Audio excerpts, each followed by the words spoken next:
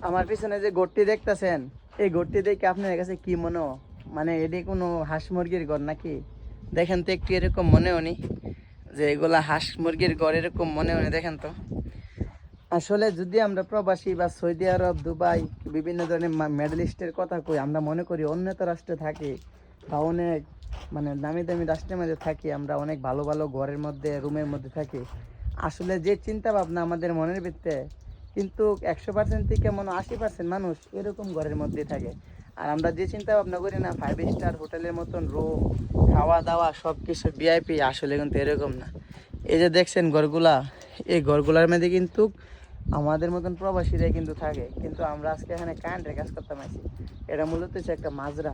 আর এই মাজরার মধ্যে কিন্তু এভাবে মানে যারা আয়ে দালালের খপ্পরে পড়া বা মিশা কথার শিকার হয়ে যায়, যারা আয়ে কাজ করতো, তারা সেম এরকম ঘরের মধ্যে থাকে। দেখেন এই ঘরগুলো দেখলেও নিজের কাছে খুব খারাপ লাগে। এই যে দেখেন কাঠের ঘরের মধ্যে এসি লাগা রাখছে। আচ্ছা, যেহেতু এই এসিগুলা দেখছি, একটা কথা বলি, বাংলাদেশ একজন গরিব মানুষ বলেন বা দরিদ্র বলেন বা মধ্যবিত্ত বলেন, তারা যদি এসি লাগা ঘরের মধ্যে অন্য অন্য বড় লোকরা মানে এদেরকে নিয়ে সেটা ঠাট্টামি হাস্যামি করে।